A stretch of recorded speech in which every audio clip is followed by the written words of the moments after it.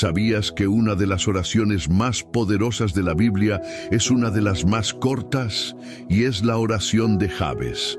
Se encuentra en Primera de Crónicas 3:10. E invocó Jabes al Dios de Israel diciendo: «Oh, si me dieras bendición y ensancharas mi territorio». A Jabes no le dio vergüenza pedirle a Dios que abriera su territorio, que lo bendijera. Y yo quiero que tú hagas lo mismo el día de hoy. Repite y haz esta oración. Que Dios me bendiga, que Dios bendiga mi vida, que Dios bendiga mi corazón, que Dios bendiga mi familia, que Dios bendiga mi hogar, que Dios bendiga mi empleo, que Dios bendiga mi vida espiritual, que Dios bendiga mis finanzas, que Dios bendiga mis proyectos, que Dios bendiga a toda mi familia.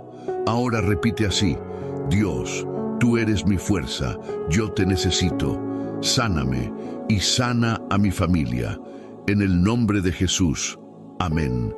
Si recibes esta oración como tuya, escribe un amén en los comentarios y compártela con una persona el día de hoy.